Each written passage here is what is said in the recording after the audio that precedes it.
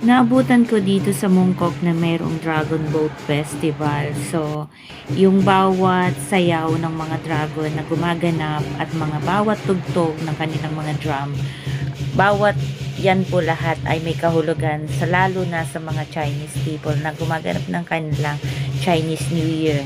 So, ang nakikita po natin nandito tayo sa Mongkok Arcade o isang shopping mall na malaki dito sa Mongkok ay ginaganap po iyan every year or pinaghahandaan talaga nila na sumayaw sila. Tayong mga nanonood, especially na hindi naman tayo Chinese, hindi natin alam kung anong kahulugan ng bawat galaw nila or representative nila sa mga tao. Pero sila, alam nila ang bawat galaw ng mga dragons na yan. Kung swerte ba sila o ano yung pinahawatig, kasi minsan po yung mga galaw nila ay nagpapaalis ng isang hindi magandang omen at meron ding good omen na pumapasok. So, yun nga ang sinasabi ng mga eksperto na maaari makita yung iyong sarili na naharap sa maraming pagkagambala at pagbabago kaysa sa karaniwan. Kaya meron silang mga ganitong dragon kasi nagpapalaya sila ng mga bad omen. Syempre, dapat daw natandaan yung mga umiikot na nakikita natin sa calendar nila ay naapektuhan din ng bawat kasi ang mga Chinese mapaniwala, talagang believer sila talaga at lahat ay kapag inaasa nila na yung kanilang lucky ay pinipray nila yan every year. So bawat tao, lalo na mga Chinese, naniniwala na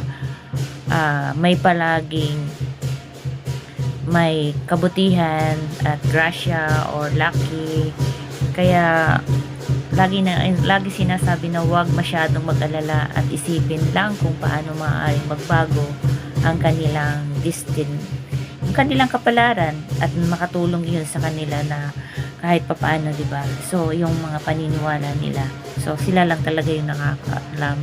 At kung ano man yung mga suliranin na dapat malutas, o ay maaaring malutas kapag pinipray nila. So, tinataboy nila yung kamalasan at wini-welcome nila yung luck.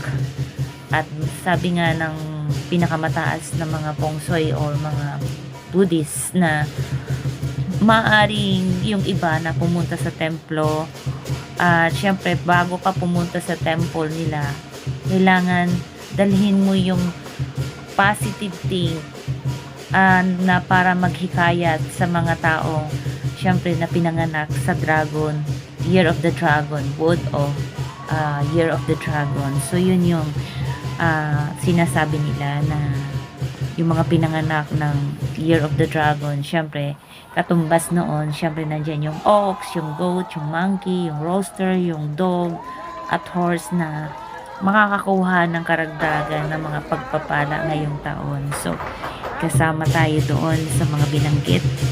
At syempre my daughter is year of the dragon din at ako goat. So wish ko lang din naman na sana maging prosperity, maging health at good luck talaga sa pamilya at sa lahat ng mga friends na surrounding, na kung ano may minimiti nila sa buhay ay talagang makamtan at maganap. So yung wish ko ay sa bawat tao na nasa aking surrounding me ay magtagumpay at makamtan nila yung kanilang minimithi sa buhay. So, yan lang guys. So, yung pagsayaw nila katulad nito, babae, lalaki, o yan.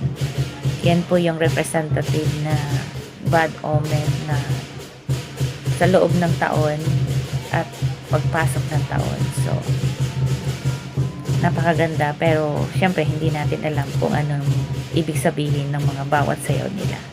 So, yun lang guys at sana naibahagi ko yung kaalaman natin konti dito sa fengshui or sa kanilang mga traditional na pagsayaw ng Dragon Festival.